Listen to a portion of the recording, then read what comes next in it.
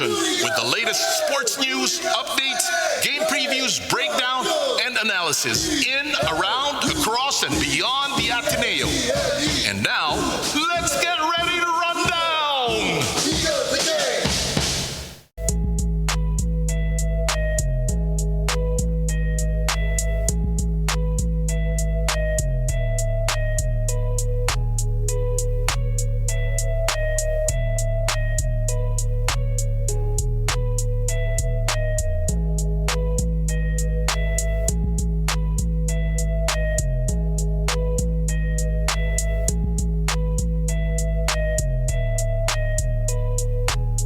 Hell picks about the Packers and then the Raiders, and then I think we can just go through like some of the drafts that you like, some of the drafts that you don't like. I have like 2 drafts from the AFC, and then I have 1 draft that I don't like. Ganun din sa NFC.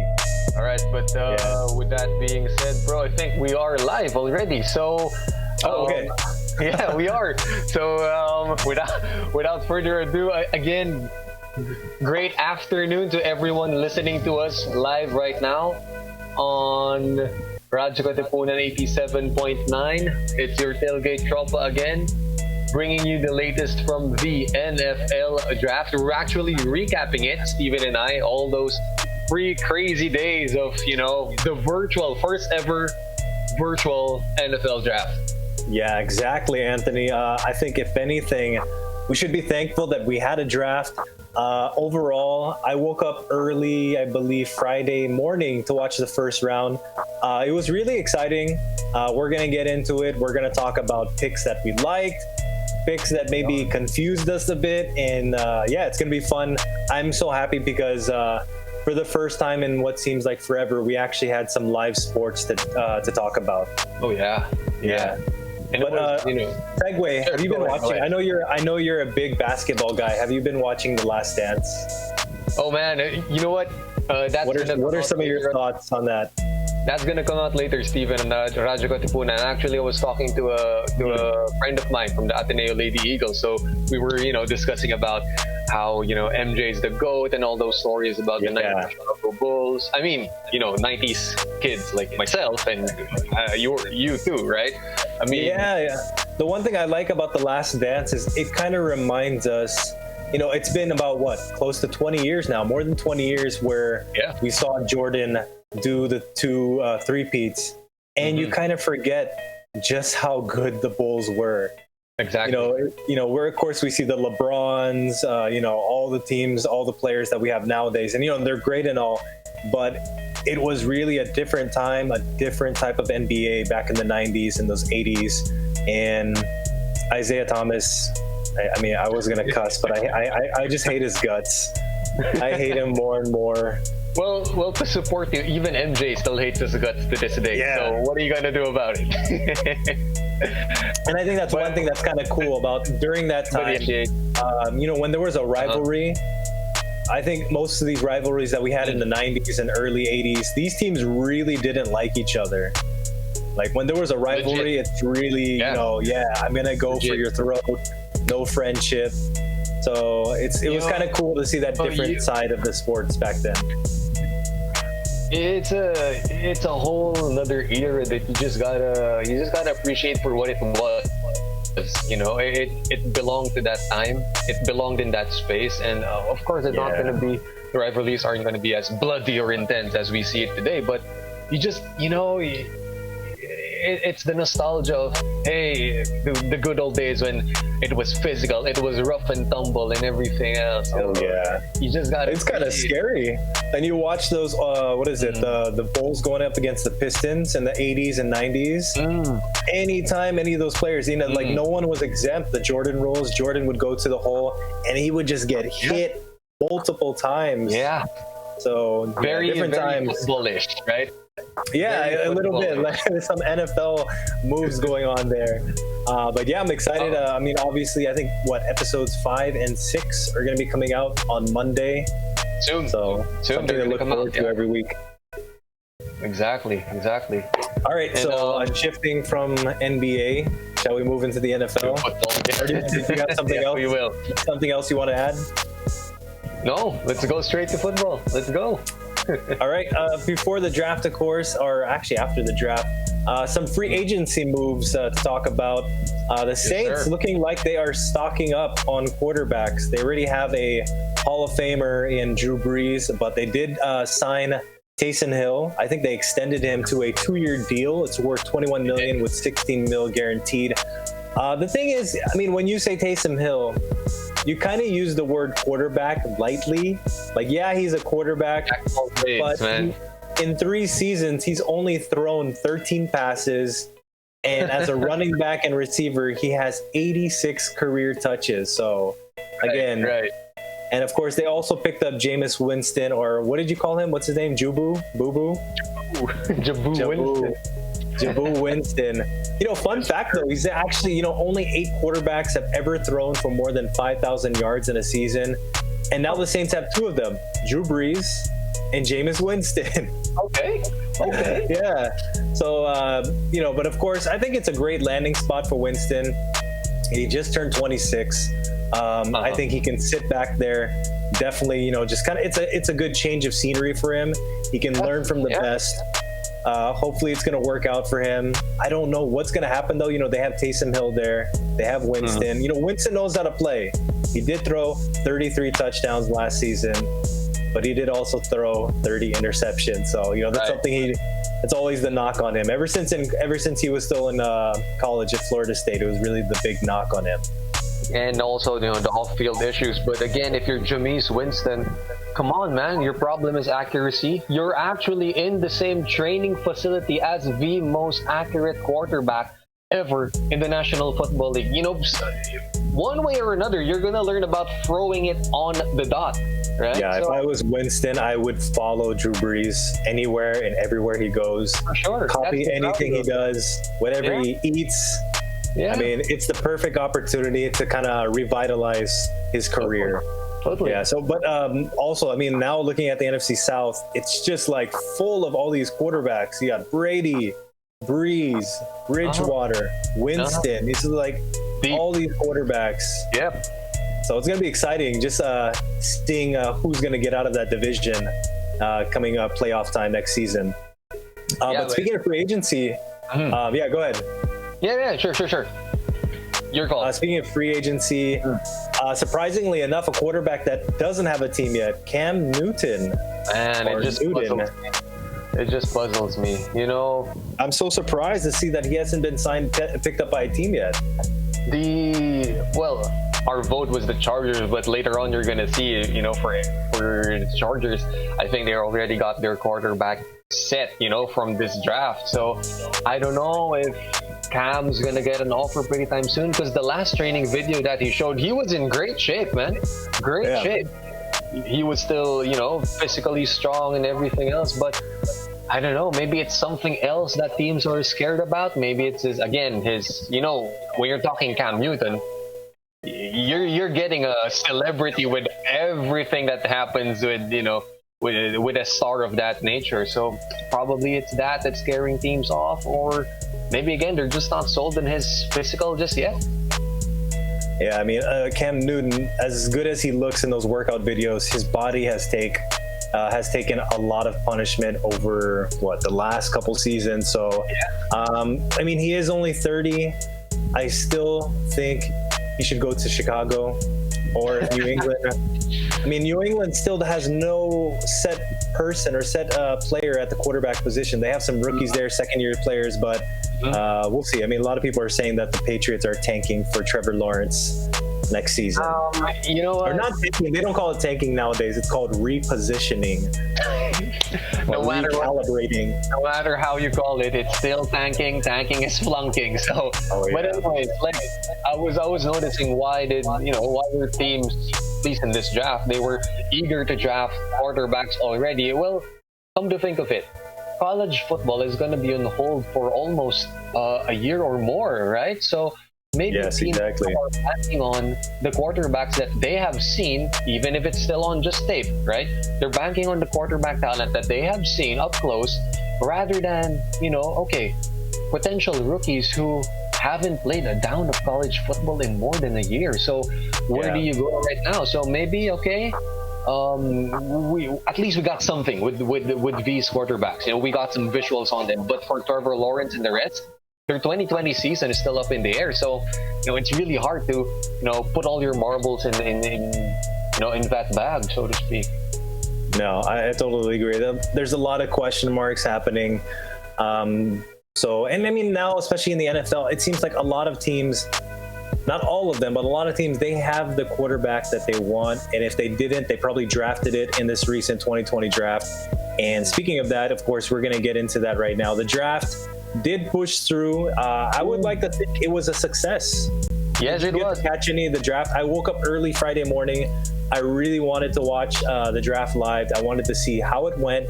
And surprisingly enough, it went pretty smooth. There weren't too many hiccups. The only thing, there were some weird delays.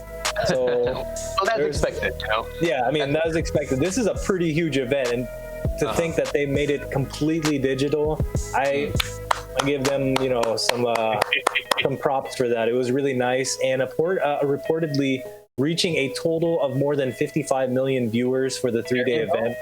There you go. And they grew 35%. So, like we discussed during the last time we talked, viewership really was going to go through the roof. A lot of people are at home, really hankering for some sports. Right. So, right. And again, the NFL just found the best opportunity in time of crisis. No one's tuned into live sports right now.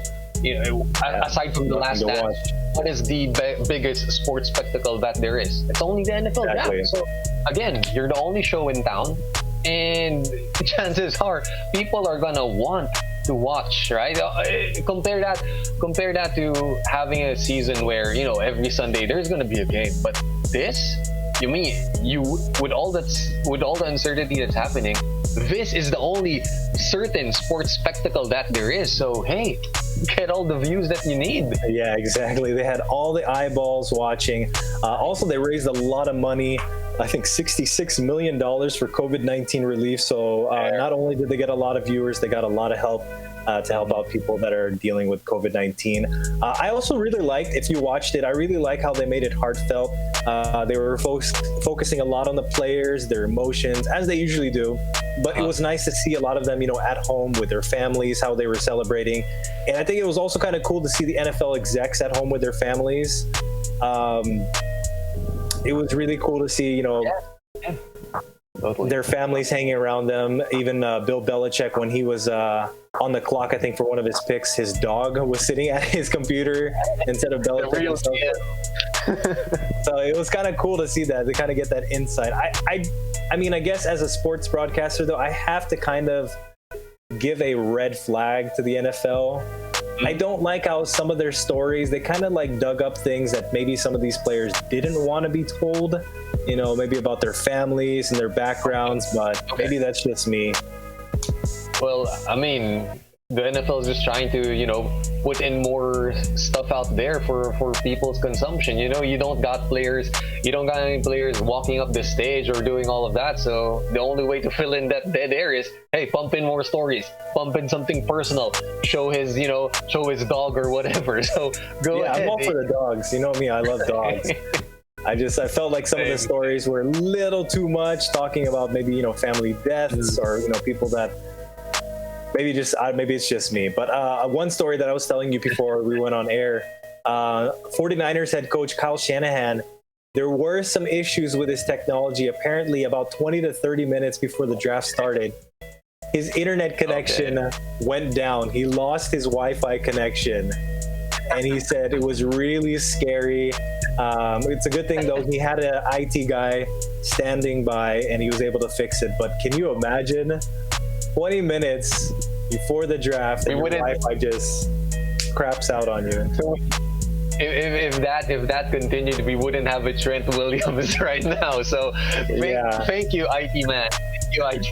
That would have been funny. The 49ers are now on the clock and then nothing happens. I don't think that's ever happened in a draft, because I think if a team goes on the clock and their time goes up, the other team, the team that's following them, can actually pick ahead of them. I don't know if that's ever happened in an NFL draft, though, where a team has used up all their time on the clock. But Thankfully, it didn't happen. Well, given the situation, again, they made the best of it. So Yeah. thank you, 49ers IT department. Exactly. I'm sure a true MVP of the draft weekend, a lot of the IT people working overtime over the weekend to make sure everything kind of went along smoothly. All right. Speaking, though, of draft picks, moving on to our next section. Okay, there were some surprises. There were some shockers. Let's go with these. These are the WTH picks. What the hell were they thinking? We have two of them here. The first one, I was watching this live when it happened, and I see Green Bay. Not only do they pick a quarterback, they move up. They traded up from 30 to 26, which is very weird because Jordan Love, the quarterback they took out of Utah State, I mean, I'm thinking he would have still been there at number 30. So if they really wanted him, he would have stayed there, but they actually moved up to get him. What do you think about that? Man, you know what, Steven? Jordan Love, I really like him as a prospect, but he's too raw. He's too inconsistent at this point. And look, I would have, I get it. I get the logic why you would get a Jordan Love. Because Aaron Rodgers is getting up there in age. He's not the same Aaron Rodgers as before due to some slip-ups. But still, though, last year, you made it as far as the NFC Championship game. Fine, you were blown out by the Niners then, but again, you made it to the Final Four. And why wouldn't you,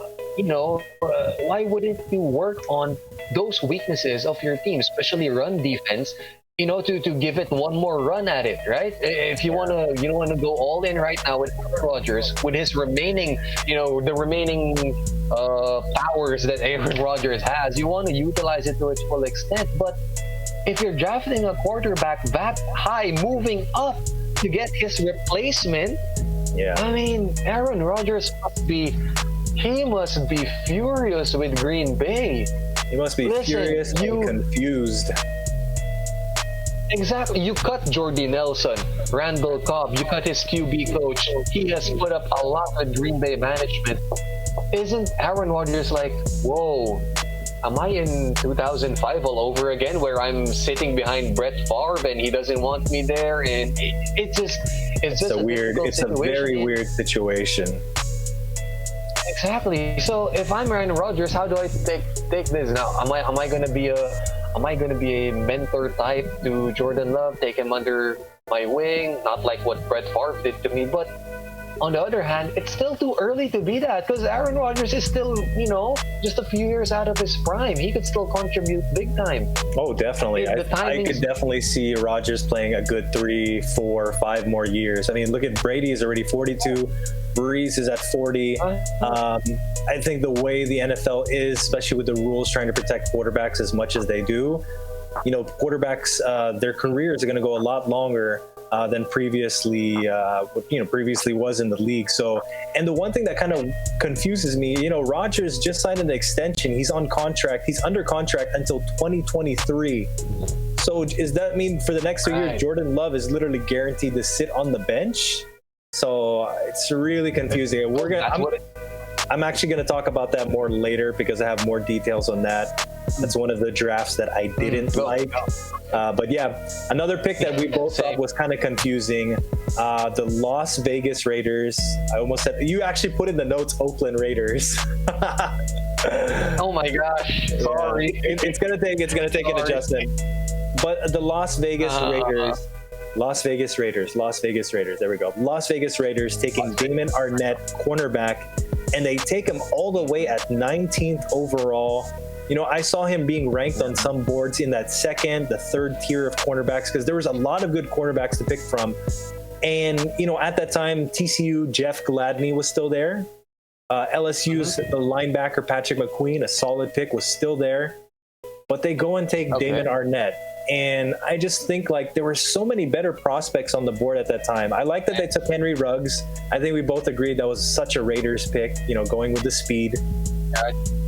But yeah, I don't get it. Why do you take this cornerback so early at 19 when there's so many other options on the board? Yeah. Yeah, like Damon Arnett, fine, he's a good player. He's got a lot of physicality at the line of scrimmage, but he's a nickel corner. You don't draft a guy who's running 4.56 as a corner at 19, right? Yeah, That's exactly. way too high. Way too high. And you know what, Steven, if he's running a 4.5, can you imagine him in the same division as a Tyreek Hill? Good luck covering that with 4.5 speed. You're not. Yeah, and I think you said the magic word. You don't draft nickel cornerbacks in the first round. Right. But Raiders GM Mike Mayock, he's defending his pick. He says, we feel like this is one of the most competitive players in the entire draft. We don't feel like it was a reach. And, I guess, with these draft reports, it doesn't really matter until 2 or 3 years down the road where we see how the player really develops. But for me, kind of a weird pick. It is. It still is for me. I mean,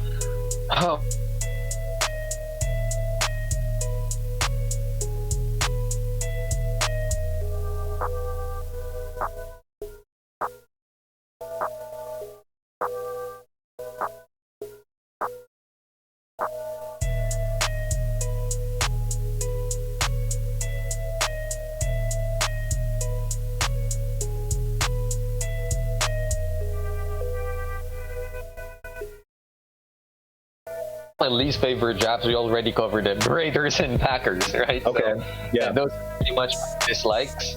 But I'm gonna start with the AFC. Okay. Okay. And I think one of the best hauls by any team in this draft has to be Eric DeCosta and the Baltimore Ravens. Steven, from round agreed. 1 through give it, or even until day 2, they were still raking in great talent for their football team. I mean, you start six with picks in the first 3 rounds, I believe. Right. You start with who? Okay, they get their linebacker in Patrick Queen, who I think just fits the Baltimore mold of what a linebacker is. He's fast and explosive. Steven, he loves to play through contact. He's got that hitter's mentality. He's very smooth when he transitions. He's balanced, knows how to change direction so well. Yeah, And Lamar Jackson actually calls him Ray Lewis Jr. Did you see that? Yeah. And it's so unfair because he just fell into their lap. I mean, Baltimore's defense is already so solid. And I think Mel Kiper Jr. said, he's like, there's so little holes in this roster. They have so little weaknesses. And, they already added Calais Campbell to the D-line. They already have one, if not the top secondary in the NFL. And now they're just strengthening their linebackers. So it's really scary. That is a scary Baltimore defensive front. And add to that, Steven, they get who? One of my favorite running backs in the draft, J.K. Dobbins. I like that pick, yeah. Can you imagine Lamar Jackson running, J.K. Dobbins running, combine that with Mark Ingram? That is going to be a hell of a running attack. Yeah, because Baltimore, I mean, as much as they are an offensive juggernaut, it's really run first. Even Lamar Jackson, even though he is a quarterback, he's not a running back, as he says. He's still good at running the ball, and they're going to do a lot of that, especially with J.K. Dobbins now on the roster. You got Mark Ingram. It's really just going to further what Baltimore does, which is just really out physical a lot of teams. The rich get richer. Really good draft for them. I'll keep it in the AFC. Another draft. Oh, sorry. No, go ahead. Like I was just gonna say, even go. Baltimore, they were still able to round up their draft with a Justin Madubuike, who, according to Mel Kiper's rankings, this defensive tackle is right behind Derek Brown and Javon Kinlaw, whom we got. So, man, complete draft for Baltimore. Just reload, literally reload. We could see them easily in the AFC Conference Championship next season. Staying in the AFC, one draft that I really like, the Miami Dolphins. They took their shot. They definitely took their shot. Tua was there. We thought there was a lot of smoke screen that they wanted to take Herbert. Nope. They went for Tua. And, if Tua hits, this draft is a home run. Because, there's injury concerns. But people were seeing Tua as the number one pick by most experts before. It's just hard to overlook the injuries that they had. And, they stay in the first round. They had so many picks. They pick up Austin Jackson, the offensive tackle. He's a bit raw, but he's going to take some time to develop. I like the Robert Hunt pick. He's a combo guard offensive tackle. And they pick up the cornerback, who I can't say his last name, Noah Igbinoghene. Probably saying it wrong. Solid player. There it is. I like the draft for the Dolphins. Okay. They had a lot of picks. Also the free agency, they picked up a lot of solid players. So the Dolphins could be turning things around. Maybe not in the playoffs, but they could be turning things around, picking up a lot more wins in 2020. Sure. I mean, Steven, just to add to that, they got, if you're worried about Tua Tagovailoa's injury history, well, you got Robert Hunt, and you also got the tackle from USC, Austin Jackson, there to protect him. He's going to have lots of time, right? Yeah. Plus, putting Noah Igbinoghene over in the backfield, can you imagine? Defensive backfield, rather. Byron Jones, Xavier Howard, and then Noah Igbinoghene in the slot. Yeah, a weakness in their secondary is starting to become a strength. So possibly a very quick turnaround for Miami. All right. Anybody else that you like or dislike in the AFC? I have one more dislike for the AFC. Okay, you go with dislike, and then I second that with my like. Okay, sure. All right, a dislike, the Houston Texans. I mean, this whole offseason for them has been so weird. You trade away Hopkins, and you essentially trade him to get Brandon Cooks.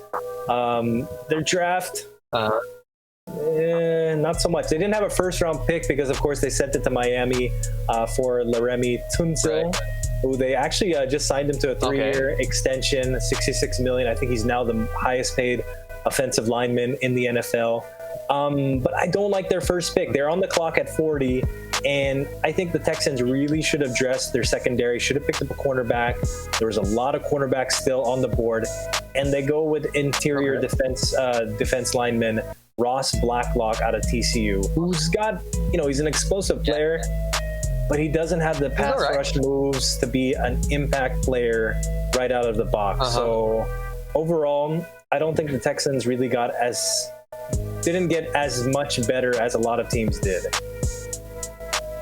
Okay. But so that's my dislike. Blacklock's kind of he's up there in your pass rusher rankings, but I wouldn't put him in the same class as a Javon Kinlaw or the edge guys like Caleb Chase. He's not there. No, exactly, and especially playing into their strengths or playing into the weaknesses, I really think they should have taken a cornerback. And there were still a lot of good players available at that slot. All right, so sticking with the AFC, what was another one that stuck out for you? Steven, I like John Elway's picks in this draft. Denver Broncos. Yeah. You have vertical threats all over the field. Jerry Jeudy, the best route runner in the draft. And then you got your really, really speedy guy in KJ Hamler. Imagine this, Steven. Drew Lock now has Cortland Sutton, Jerry Jeudy, who replaces Emmanuel Sanders, KJ Hamler, who's like your Percy Harvin. You still have Noah Fant, the athletic tight end. You have your really, really tough grinder of a runner in Philip Lindsay. And then you have Melvin Gordon to pair with him. Ooh, that's scary. That is scary. If Drew Lock, takes that next step in his development, it's going to be a scary year for the Broncos. I think they did. Now that you mention it, I think they did a really good job with the draft moving forward. John Elway making some good picks there. Yes, he did. And you know what, Steven? John Elway has to get some credit. Denver Broncos, they have had some down years, but come on, they've, at least in this draft, they've rebounded a lot. Yeah, they could be turning the corner now. So that is the AFC. You want to switch over now to the NFC, some of your favorite and least favorite drafts? I'll let you start it out, Anthony. Okay, I've been talking a lot. NFC, no, it's okay, man. NFC, can we make our Niners the last point of discussion? Because save the best for our favorites. Definitely. But My big man Jerry, drafting from his yacht. What a flex! What a flex! He's not even on land. He's in the water on his, I think, what, $60 million yacht, something like that. Damn it, money, money, money.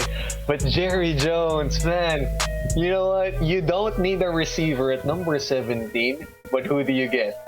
The best receiver in the draft. I was so mad. How did he fall so far?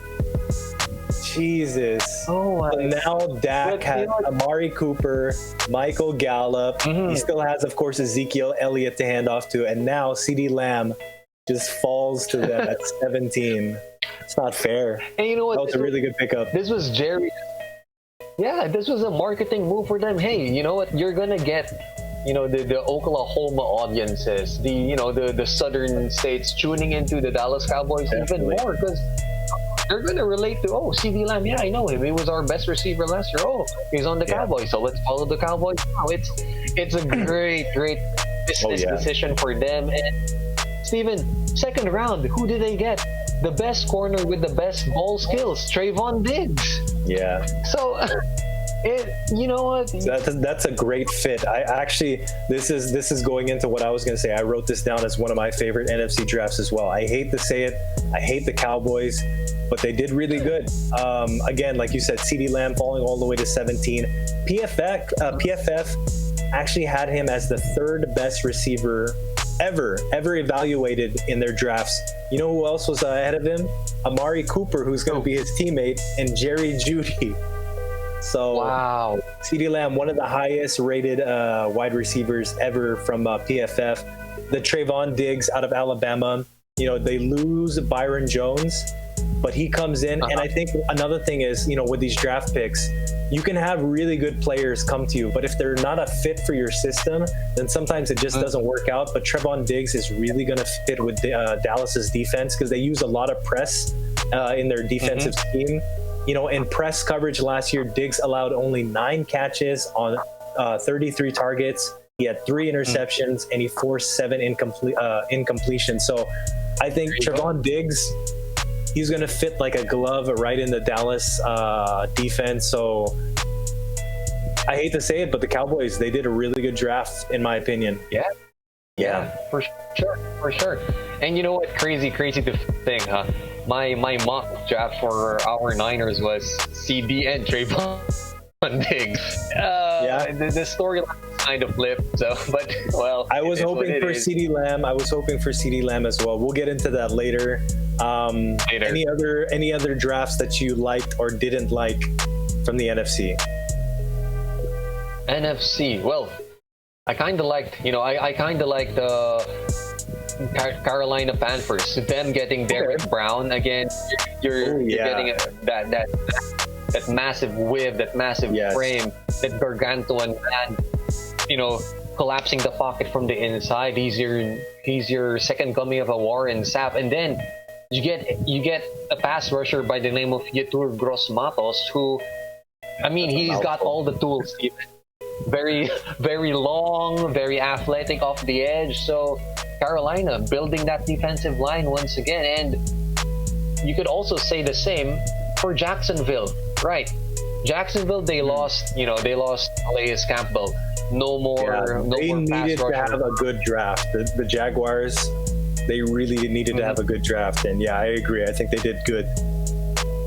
You don't have your Telvin Mack anymore. No more AJ Bouye and Jalen Ramsey. But who do you get up front? Caleb on Chason. Okay. CJ Henderson, so imagine, my favorite cornerback, falling to them at number 9. Yeah. You said it. So Chason and Josh Allen over at the opposite ends, plus covering at the back is CJ Henderson. That's Saxonville 2.0. Yeah. So those are some good drafts. I'm gonna go with one that I didn't like, and we talked about it earlier. Okay. I really don't understand the Green Bay Packers draft. So many dimensions here. We talked about the Jordan Love. We talked about the Jordan Love pick. Again, it's just really weird to touch upon it again. Or again, Rodgers is still under contract until 2023. So it makes you wonder what's the plan. Because if you go a little deeper into it, Jordan Love is going to be on a rookie contract, a cheap rookie contract, and they're wasting those years that they can get great production, but for very cheap. Like, look at the Chiefs right now. They have one of the best quarterbacks in the league, Patrick Mahomes. He's still on a rookie contract. They're getting all this production. He's an MVP, and they're only paying him like what, $4 or $5 million a year, which is such a steal. He's probably, as soon as he signs that extension in the next year or two, he's probably going to be the first ever quarterback to make 40 plus million in a season. So, Jordan Love is going to be wasting valuable time sitting on the bench, behind Rodgers on that cheap rookie deal, and he's not going to have a chance, probably not to see the field. And it's a big if, because I think we talked about it. Jordan Love is going to be a gamble. We don't know yet if he's going to pan out. So yeah, for sure. And no receivers at all taken in the draft, not one. Well, they got AJ Dillon, a running back, but it doesn't make up for it, No, it doesn't. Because I don't think the running game was the problem for the Packers last season. They could run the ball. It was really getting more weapons for Rodgers. They did get a tight end in the third round in Josiah DeGara, but, we were hoping for a first round, especially if you're going to move up to get a pick.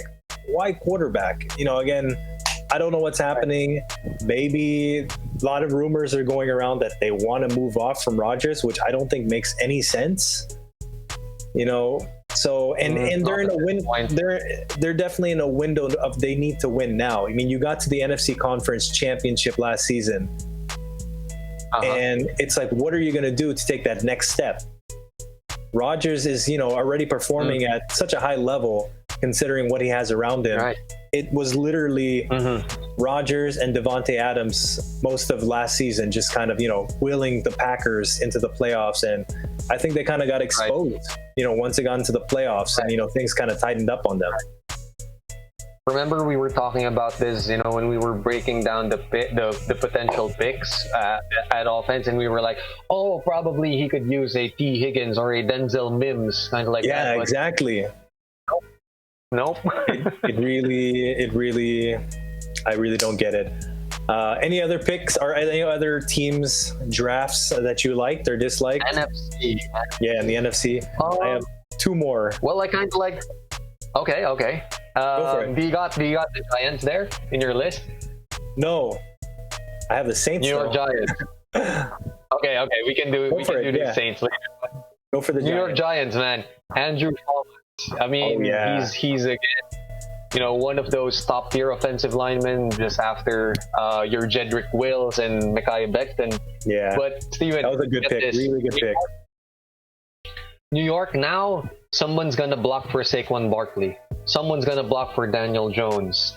So that's gonna open up their offense so great. And when they got Andrew Thomas, Steven, I saw the Giants Twitter page, and they were promoting all the offensive linemen they got in the draft. Sorry. Yeah. So they got Shane Lemieux, Matthew Peart, and then Andrew Thomas, and they called it on their Twitter page 950 pounds of pass protection. I mean, that is a wall you're building in New York. Yeah, it makes sense, because that's what a lot of people were talking about. It's like, okay, it's great. You have Daniel Jones, you have Saquon Barkley.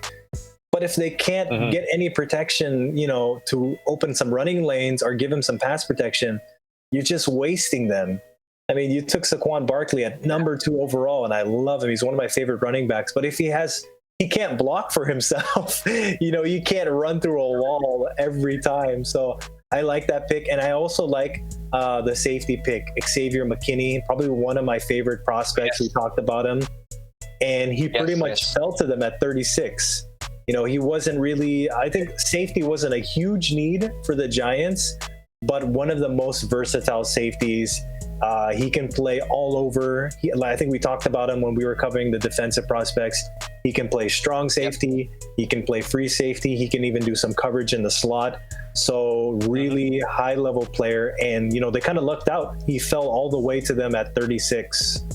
So actually, now that I look at it more, I like the Giants picks, especially the Andrew Thomas pick. A lot of people were thinking they were going to go Isaiah Simmons, but I think it's really smart to shore up the offensive line.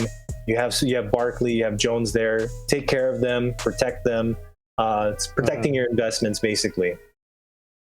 And the same thing could also be said, Steven, for your pick, New Orleans, Cesar Ruiz. Yeah, my favorite. I was hoping my ideal picks for the Niners would have been CeeDee Lamb at 13 and then pick up Cesar Ruiz at 31. But yeah, the Saints, they took him at 24. I liked it because I think Ruiz was a very unique pick. He's very young. He's only 20 years old, and he has a lot of versatility. He can start now at guard, but you have a player there that can possibly shore up the line for the New Orleans Saints for the next 10 to 12 years. And he can later on, once he gets some more experience, he can move over to center. I also like the round 3 pick in Zach Bond, a linebacker out of Wisconsin. We talked about him. He played a lot of the snaps in college. He played at the edge, so he has a lot of versatility. He can be kind of that linebacker edge, defensive edge hybrid. I really like that pick as well. Just a solid draft for the Saints. They didn't have a lot of picks in this draft. I think they only had about 4 or 5 picks, but I think they hit on most of them. True. Yeah. Good selection there. Good selection. You mentioned something about Isaiah Simmons, though. Man, yes. Arizona, imagine Chandler Jones and Isaiah Simmons rushing. Oh, man. Yeah. Speed. That's going to be fun watching them cover George Kittle, Deebo Samuel. He literally just fell to the Cardinals. So wow. And then you got Pat Peterson covering the back. Oh, that's a scary defense, Arizona. That is. All right, you have any more? I think it's time, Steven, to go red and gold. I'm ready for it. Red and gold. I'm going to just start off by saying, again, all draft grades, we don't know what we're saying because we don't know what's going to happen in the next 2 to 3 years. Some of these players may get injured. Some of them may get traded. We don't know what's going to happen if they fully reach their potential. For me, I think the 49ers draft, it wasn't sexy, but it was effective. There was no flashy picks, obviously. They didn't get a CeeDee Lamb, a Jerry Jeudy, who were both on the board when they picked at 14. But they decided to go with Javon Kinlaw, defensive tackle out of South Carolina. What are some of your thoughts, Anthony, on that? Steven, agreed. You know what? These are not your headline-grabbing moves, but they're very underrated winning moves that Niners made. DeForest Buckner, you lose your starting defensive tackle, but then you get his replacement in Javon Kinlaw, who might be better later on than DeForest Buckner for much less. Imagine the space you're saving with Javon Kinlaw, plus the huge potential. We talked about this guy. He's an absolute monster. Oh, yeah. 6'5", very disruptive. 24. That's bigger than DeForest Buckner, and in terms of mass, right? So, you're getting, I think, younger and much more athletic over at the middle of the D line. Plus, again, you have to look at the Niners draft as not just including Kinlaw, not just including Brandon Ayuk, but you're also getting probably the best left tackle in all of football. If he didn't, if he had played last season in Trent Williams, that's the ultimate winning move. And, which really it reminds me again that Joe Staley is retiring, which is so sad. He has been a rock for the 49ers franchise since 2007 when he came in with Patrick Willis, another great 49er. Going on that, it's so sad. But I think one thing that was really nice, what Staley did, is he kept it secret. He kept his plans to himself that he was going to retire, and he let the 49ers know before the draft so they could kind of maneuver with that in mind, that they weren't going to have Joe Staley. And because it wasn't announced early, because for example, if the 49ers try to make this trade with the Washington Redskins under the impression that they don't have Joe Staley anymore, that he's going to retire, they're going to ask for a lot more because they know that the demand is higher. So, Joe Staley, what he did was really commendable. He really kept the 49ers in mind, keeping his decision to himself, letting them know before the draft, and not announcing it out there. So, yeah, we go from one Pro Bowl offensive tackle to another in Trent Williams. So, and for only a fifth and a third, you're possibly getting a top 5 offensive tackle. The only worry I have with Trent Williams, of course, is, he hasn't played football. He didn't play all of last season, but then he does have the familiarity working with Kyle Shanahan in his time in Washington. So hopefully he's stayed in shape. But Trent Williams, though, one of the best athletes ever, all at the offensive line position. He's an athlete that, just speaks volumes of that. You know what, Steven? Come to think of it, I really admire Joe Staley still taking one for the team even in retirement, right? Yeah. Exactly.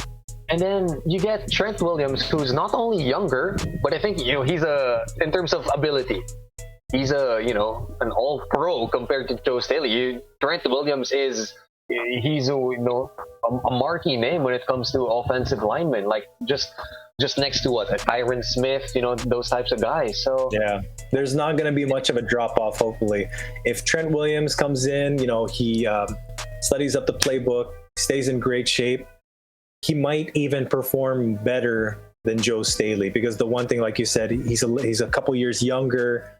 So hopefully he can come in and shore it up. But sticking with the draft, talked about Javon Kinlaw. Basically a cheaper DeForest Buckner. It was a really hard decision. They had to get rid of Buckner, and they got a first-round pick, which they turned into Javon Kinlaw. The other one, this is not the sexiest draft. I was a little confused that they traded up to get Brandon Ayuk, wide receiver out of Arizona State. I think they could have got him if they just stayed at 31. But who knows? The 49ers, they were very high on him. Apparently the 49ers had him graded on the same level as a CeeDee Lamb. So that's how much they really valued Ayuk. And I think the story with Brandon Ayuk is all about yards after the catch. True. Averaged 9.9 yards after the catch. And I think that's going to fit in with Kittle, with Debo. They're already calling San Francisco Yak City, which I really like. I really like that. He's 6 foot. He's not a big receiver, but he's more of a thicker build, which is kind of similar to Debo Samuel. He's not a tall receiver, more of a shorter, thicker, hard to tackle. And you watch the tape, really great. Once he has the ball in his hands, he has this great ability that he can make guys miss. He's hard to tackle, and he finds the open space. And, a lot of those open space runs that he gets, he takes it all the way. And you know what, Steven, we're talking about Brandon Ayuk. Kyle Shanahan, he played wide receiver back when he was in Texas. So he knows a thing or two about drafting wide receivers. And yeah, exactly, you said it right. He's like, a carbon copy of who Debo Samuel is. Why? You look at where Brandon Ayuk is used a lot in Arizona State. So in Arizona State, he was second fiddle to N'Keal Harry, who was drafted by New England last year. Yeah, exactly. So Ayuk was used a lot in slants, in bubble screens, and isn't that what Debo Samuel does for the 49ers? Exactly.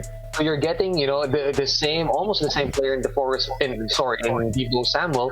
And Steven, the routes that Brandon Ayuk excels in, although it's limited, that's the knock on him. He runs very limited routes on the route. Yeah.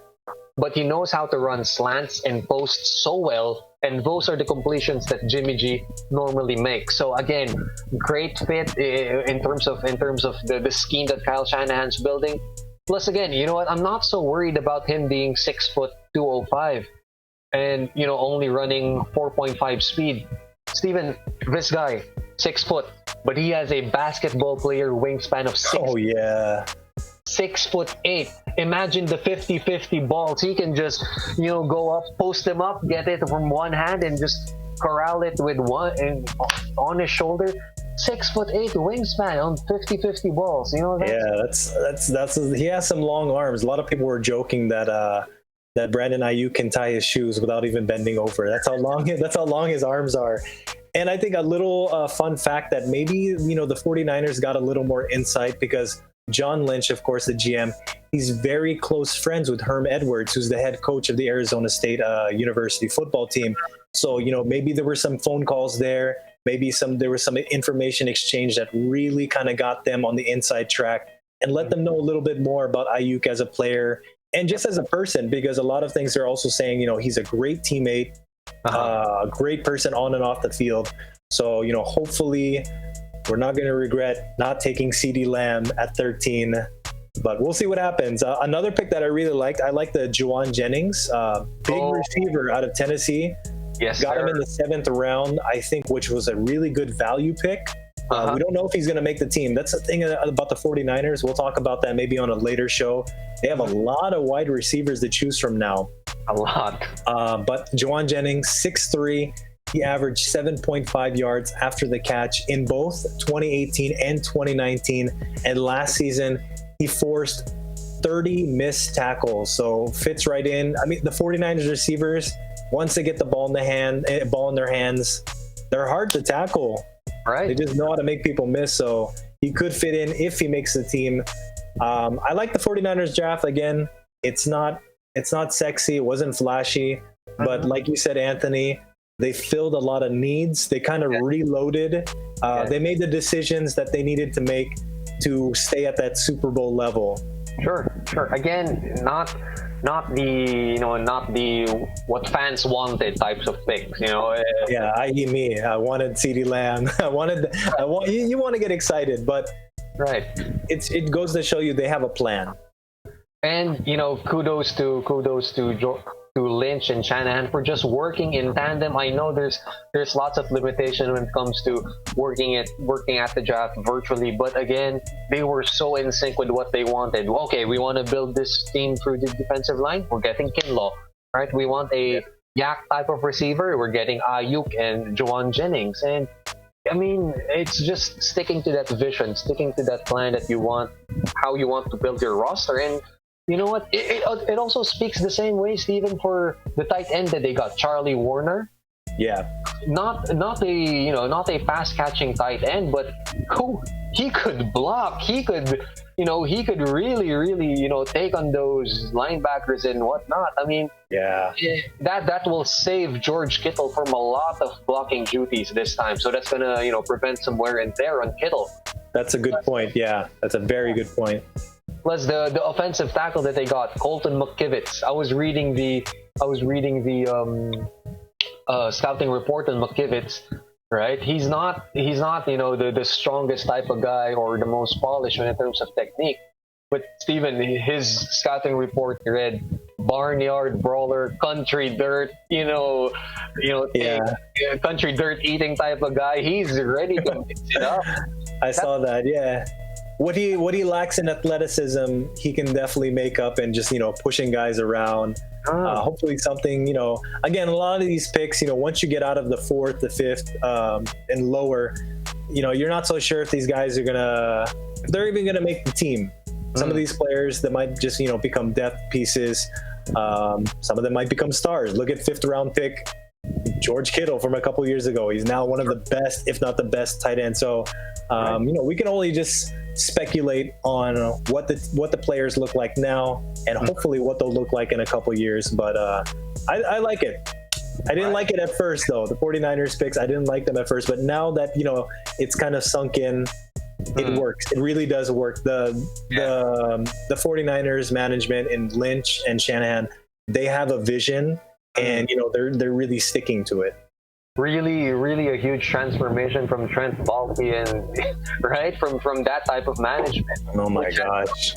No direction, no vision whatsoever. But this time, wow! You're getting.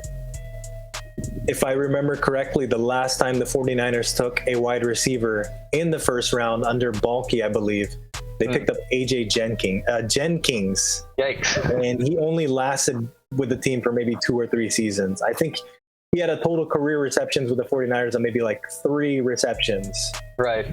So, it is risky. It is risky business, drafting these players. Sometimes they pan out, sometimes they don't. Yeah, sure. But again, Niners, great job by front office for just working in tandem, working in unison, and just filling in those gaps, filling in those needs for, potentially another Super Bowl run, right? Yeah, hopefully. Steven, I think before we end, like perhaps we could we've gotten the Niners picks down. We've gotten a pretty good glimpse of the AFC picks, the NFC picks per team. We gotta rank our best, perhaps the teams that could give our Niners the best competition, the fiercest, stiffest competition in the NFC, and I think I just gotta give it to New Orleans Saints again. They look. Oh yeah. They're ready to protect Drew Brees, and I mean he's. We've talked about Drew Brees getting eliminated for 3 times in a row already. Maybe he wants to end that losing streak of his. So New Orleans for me. I agree.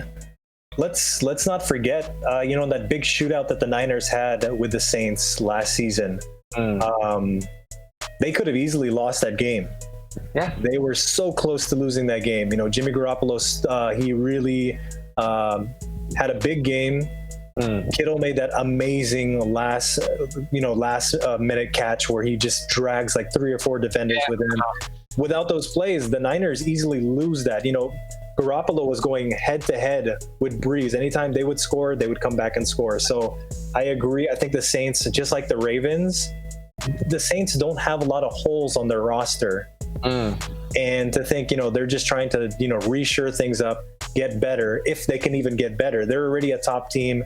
And I think the Niners actually got really lucky that the Saints went out early last season to the Vikings, in the postseason to the Vikings. We didn't see that coming.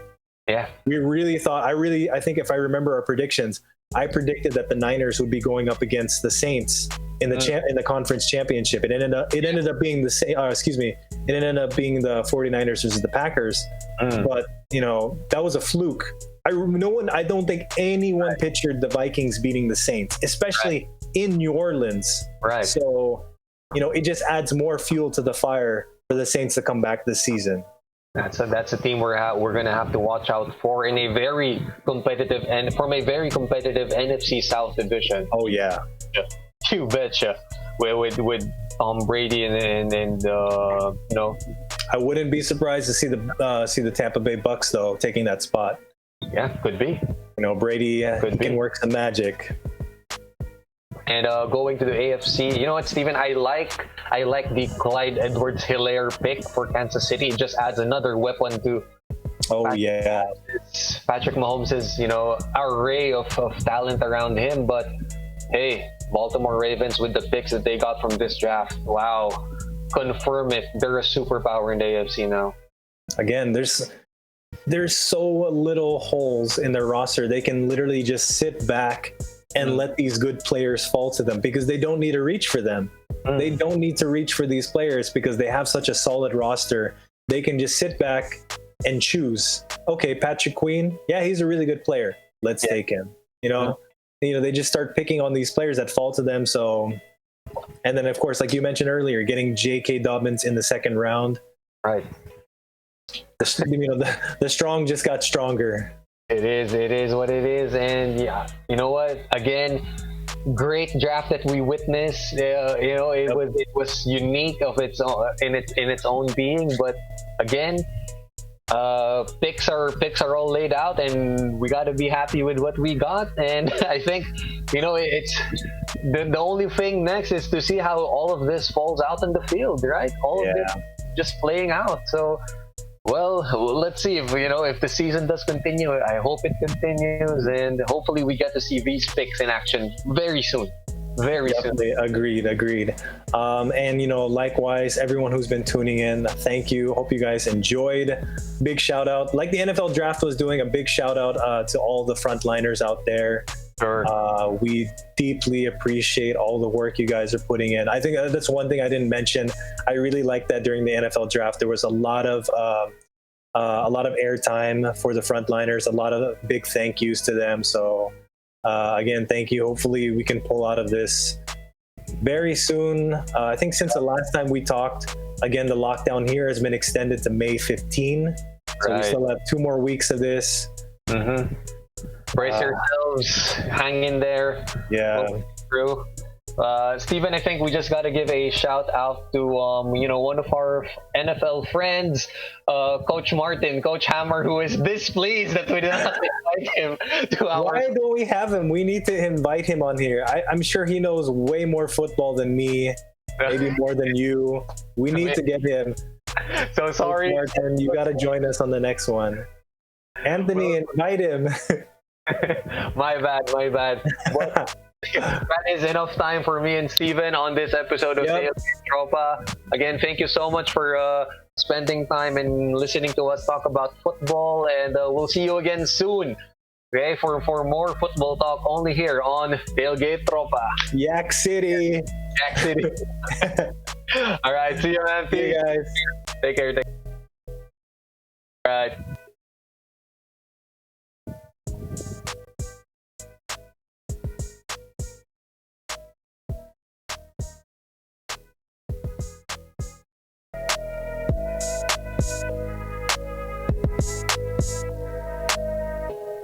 Welcome to the Rundown, where we take you right into the action with the latest sports news, updates, game previews, breakdown, and analysis in, around, across, and beyond the Ateneo.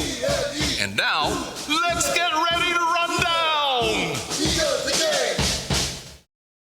Radyo, radyo, radyo, radyo, radyo, radyo, radyo, Katipunan, radyo, Katipunan, radyo, Katipunan, radyo, radyo, radyo, Katipunan, radyo, Katipunan. The voice of W Eagle kami, di mapipigil sa pagbabalitang tumpak at tama. Buhay Atenista, sa loob sa labas ng eskwela, ating ibibida lahat ng eskwela.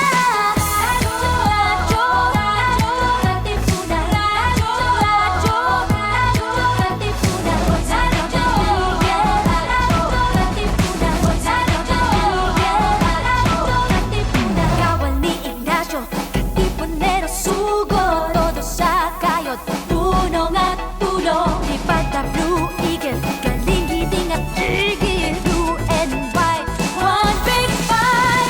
Radyo, radyo, radyo, Katipunan, radyo, radyo, radyo, Katipunan, radyo, Katipunan, radyo, Katipunan, radyo, radyo, Katipunan.